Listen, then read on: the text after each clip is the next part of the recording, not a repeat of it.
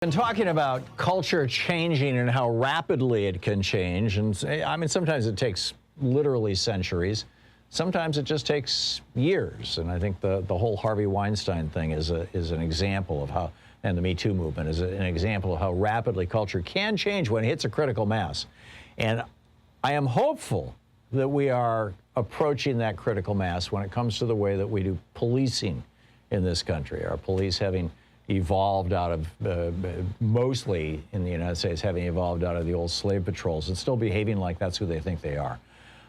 So what police reform is needed? How important is civilian oversight? How do we get there? On the line with us is AshLee Woodard Henderson, the co-executive director of the Highland Center and an activist with the Movement for Black Lives.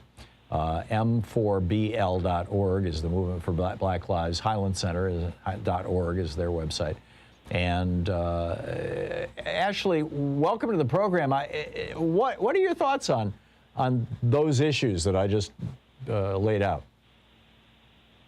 Thanks for having me, Tom. I mean, I feel very, very clear that the United States is spending lots and lots of money on a system that does not work, right? That what we've seen over the last several centuries of Black liberation movement is folks fighting for the abolition of policing in this country, the end of the punitive bureaucracy that comes with policing and mass incarceration in this country.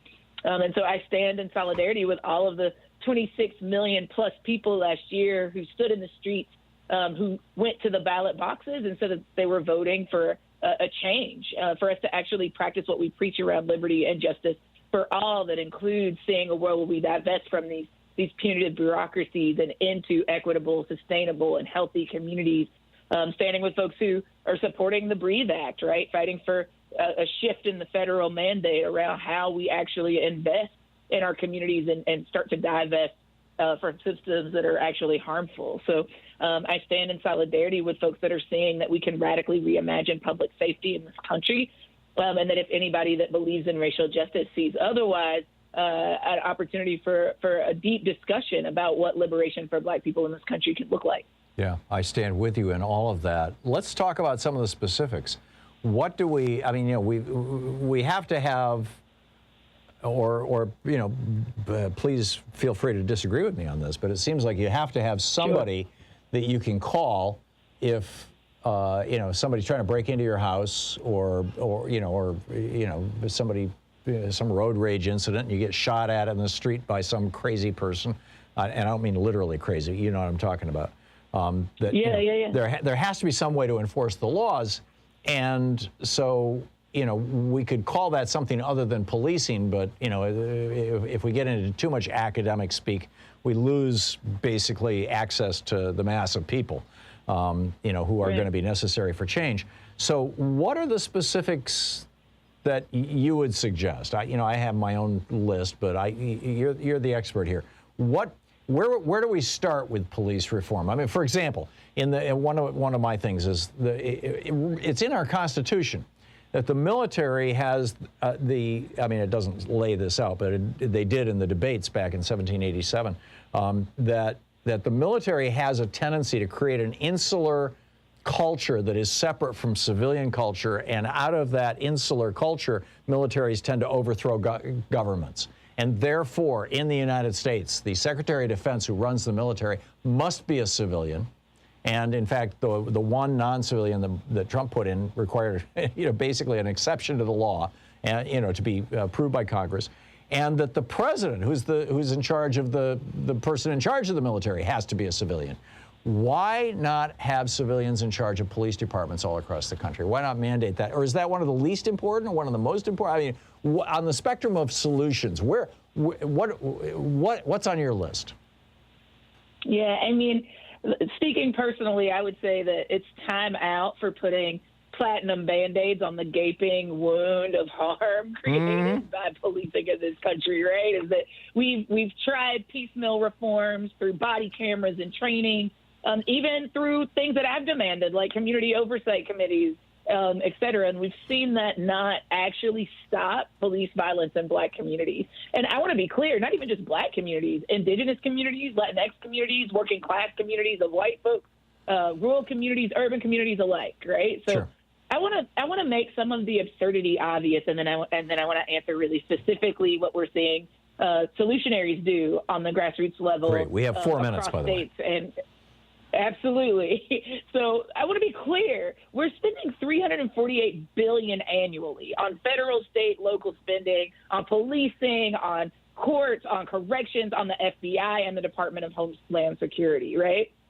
To make it obvious about how absurd that is, how much $348 billion annually is, that's more than mass transit and rail, affordable housing and urban development, fire services, and libraries combined. So effectively, the United States taxpayer is spending $955 million a day on ineffective police services, right? And so the alternative here is to actually be clear that mental health services are not provided by police officers, right? Things that could get us 1,000 miles ahead of the harm, like mental health services, like making sure that we've got traffic services that don't require people with guns, right?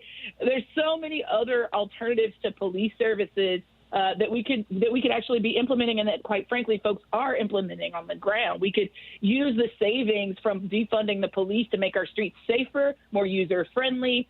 We could expand public transportation services, infrastructure for bikes, pedestrians, and other methods of transportation. What we know is that violent crime is not diminished by policing, right? And so we could actually be figuring out what are the ways that we could be investing in community services that get us 1,000 miles ahead of the harm versus just continuing to dump money into the service of policing, which usually doesn't stop harm, but responds to it and tends to escalate violence in a community crisis. So, frankly, I think there's a lot of examples of folks that on the ground are doing incredible work that are defunding the police and investing it into actual community solutions. And you can go to defundthepolice.org to see many, many, many of those solutions in practice. Great. And this is all important stuff. In what communities do you have like a model community that you can point to and say, here's a group of people who did it right, whether inside or outside the United States? Yeah, absolutely. And I want to shout out that there are folks literally all up and down the continent that are doing this work. So comrades in Canada and Montreal and Regina and Toronto that have been experimenting with demands and strategies to defund the police.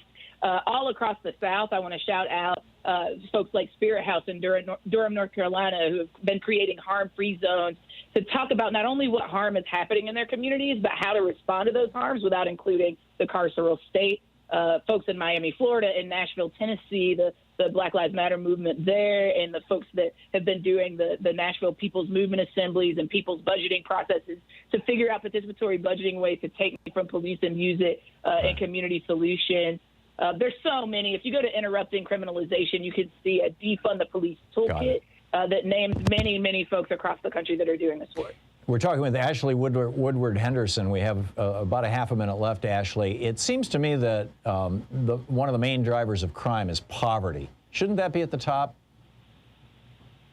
Absolutely, right? And I think that what we know is that, particularly for Black folks who are disproportionately impacted by police violence, that we don't live single-issue lives, right? And that the intersection of race and class exploitation are definitely impactful in our communities. And that's why we wrote the Vision for Black Lives policy platform. That's why we wrote the Breathe Act, right, as legislative love letters back to the communities that were in the streets demanding divestment from the police. So we actually cannot separate race and class struggles in this country and shouldn't.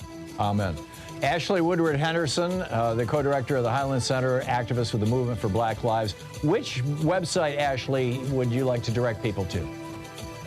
Absolutely. Check out the Highlander Research and Education Center at highlandercenter.org and the Movement for Black Lives at m4bl.org. Perfect. Hang on just a second. The Thom Hartmann Program. AshLee, thanks so much for dropping by. It's been great talking with you.